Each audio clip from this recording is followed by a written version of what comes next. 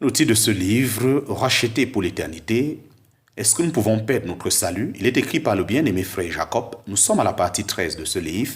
Nous sommes à la partie 13, chapitre 3, suite. Chapitre 3, suite. Israël était la vigne que Dieu avait arrachée d'Égypte pour la replanter en Canaan. Somme 80, versets 8 à 12. Là, le peuple devait porter du fruit pour Dieu. Mais au lieu de bons raisins, la vigne ne produisit que des raisins sauvages. En parenthèse, Ésaïe chapitre 5, versets 1 à 7. Qu'arriva-t-il alors? Dieu jugea cette vigne. Le témoignage de ce peuple fut rejeté. Maintenant, le Seigneur Jésus se nomme lui-même le vrai sceptre et remplace Israël. De plus, Israël était le fils que Dieu avait appelé hors d'Égypte, en parenthèse, Osée chapitre 11, verset 1. Mais le peuple s'étant révélé être un fils désobéissant, le Seigneur Jésus fut véritablement le fils.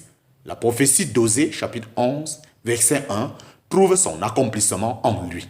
Lorsqu'il revient d'Égypte avec ses parents, en parenthèse, Matthieu chapitre 2, verset 15. Enfin, Israël a été appelé le serviteur de l'Éternel, en parenthèse, Ésaïe chapitre 41, verset 8, chapitre 44, verset 1, chapitre 45, verset 4. Mais il a été un serviteur infidèle, tandis que le Seigneur Jésus-Christ a pu être le serviteur fidèle de l'Éternel, en parenthèse, Ésaïe chapitre 42, verset 1, Ésaïe 52, verset 13, Ésaïe 53, verset 11. Tout ceci nous montre que Dieu a voulu un témoignage sur la terre qu'il avait confié à Israël, qui était sa vigne, son fils et son serviteur. À cause de son infidélité, ce peuple a dû être mis de côté et Christ a pris sa place en perfection sous ces trois aspects. Les disciples de Jésus-Christ appartiennent à ce témoignage qui doit porter du fruit pour Dieu. Ils sont les sarments arrachés au sceptre. Il y a cependant deux sortes de sarments. Certains qui portent du fruit et d'autres qui n'en portent pas. Les premiers sont nettoyés afin qu'ils portent plus de fruits, voire beaucoup de fruits. Les autres sont coupés, séchés et seront brûlés. Le Seigneur ne parle pas ici de la possession de la vie éternelle, comme dans la parabole des brebis, en parenthèse Jean chapitre 10, mais il parle de porter du fruit, c'est-à-dire de faire des bonnes œuvres pour la gloire de Dieu. Quiconque se réclame de Jésus-Christ est un sarment et par là fait partie du témoignage chrétien sur la terre et a le devoir de porter du fruit. Quant à ce devoir, il en va selon la parabole du sceptre. Si quelqu'un ne produit aucun fruit, il est une terre qui produit des épines et des chardons et qui mérite le jugement comme nous le verrons dans les explications sur le chapitre 6 de l'Épître aux Hébreux. Voir paragraphe 5. Il peut être retranché comme témoin, mais cela n'est pas directement en rapport avec le jugement éternel de l'âme.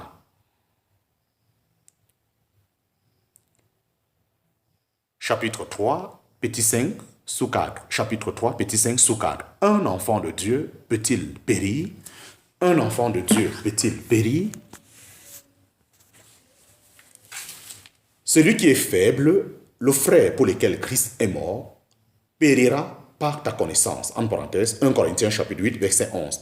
L'apôtre a parlé dans ce qui précède ce verset, la responsabilité des forts dans la foi envers les faibles. Supposons qu'il se trouve quelqu'un fort en connaissance qui entre dans un temple d'idole pour y manger de la viande. Il ne prend pas part au rite concernant les divinités car il n'y vient que pour chercher de la viande. Ce fort en connaissance tient la divinité pour rien. La viande n'est pour lui rien d'autre que de la viande ordinaire. Un autre chrétien le voit entrer dans ce temple, mais celui-ci étant plus faible, sa conscience ne lui donne pas la même liberté pour agir de même, parce qu'il voit l'autre entrer et que lui-même aime aussi manger de la viande. Il entre dans le temple, agit contre sa conscience et se trouve en communion avec une idole. Le résultat en est qu'il retombe dans le paganisme. Est-ce que le fort dans la foi peut dire maintenant, ce faible dans la foi ne devrait pas être un vrai chrétien et je n'ai pas besoin de me faire de reproches à ce sujet? Non, le comportement sans amour d'un croyant peut amener un frère faible dans la réalité de la foi, peut amener un frère faible dont la réalité de la foi est connue dans les griffes du paganisme et le fait pratiquement périr dans son comportement et son témoignage chrétien. Si ce frère faible, si ce frère faible est un enfant de Dieu, né de nouveau, le Seigneur le ramènera sûrement, mais ce n'est pas dit ici probablement afin de ne pas affaiblir le sentiment de notre responsabilité quand nous agissons sans tenir compte de nos frères plus faibles. L'apôtre utilise cet argument pour exhorter les forts dans la foi à ne pas vivre selon l'esprit de Caïn qui disait « Suis-je moi le gardien de mon frère ?» en parenthèse, Genèse chapitre 4 verset 9. Chapitre 3, petit 5 sous 5. Paul reprouvé. Paul reprouvé. L'apôtre Paul écrit « De peur qu'après avoir prêché à d'autres, je ne sois moi-même reprouvé » en parenthèse, 1 Corinthiens chapitre 9 verset 27. En tant que serviteur de Dieu, l'apôtre Paul se compare à un athlète qui court et qui combat. Il mortifiait son corps, la servissait, ayant devant lui une couronne incorruptible, s'il était fidèle et craignant toujours qu'après avoir prêché à d'autres, il ne soit lui-même reprouvé. Ce mot est très fort. Il signifie rejeter, disqualifier, comme un métal que l'on affine et qui se révèle inutilisable. Ce mot reprouvé se rapporte d'abord à Paul en tant que serviteur, mais il le concerne aussi en tant que croyant. Il n'est malheureusement que trop vrai qu'un homme peut servir publiquement le Seigneur un temps et ne pas lui appartenir. Ainsi, Paul aurait pu annoncer l'évangile sans avoir lui-même la vie de Dieu.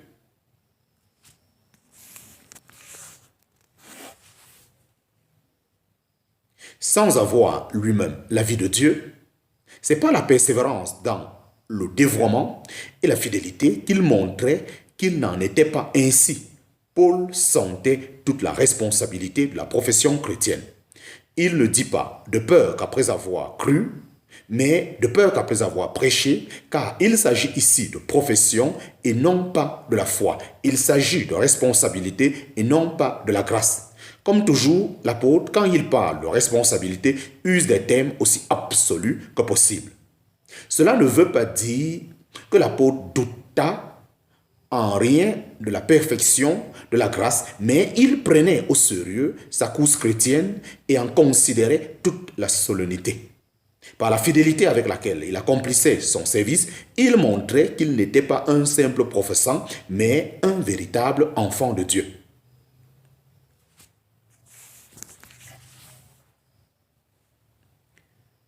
Ce mot reprouvé est aussi employé pour les Corinthiens. L'apôtre leur écrit « Ne reconnaissez-vous pas à l'égard de vous-même que Jésus-Christ est en vous, à moins que vous ne soyez des reprouvés » 2 Corinthiens chapitre 13, verset 5.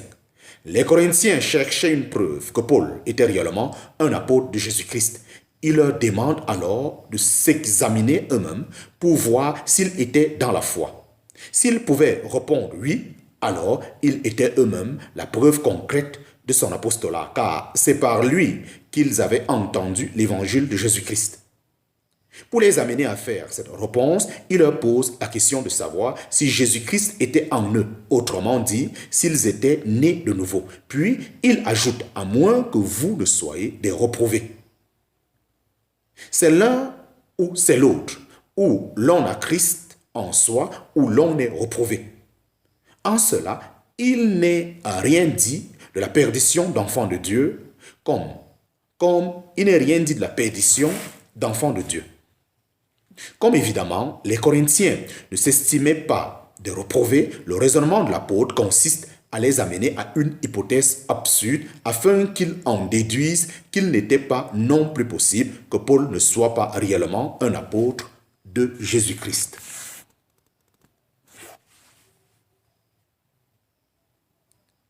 Chapitre 3, petit 6, chapitre 3, petit 6, preuve ou condition, preuve ou condition. L'Écriture contient des si ou des si du moins qui semble montrer qu'il y a une condition pour rester dans la faveur de Dieu et donc qu'il est possible de perdre le salut. Et donc qu'il est possible de perdre le salut. Regardons s'il en est bien ainsi.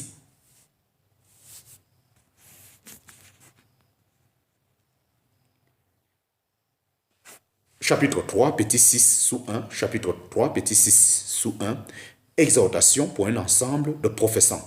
Exhortation pour un ensemble de professants.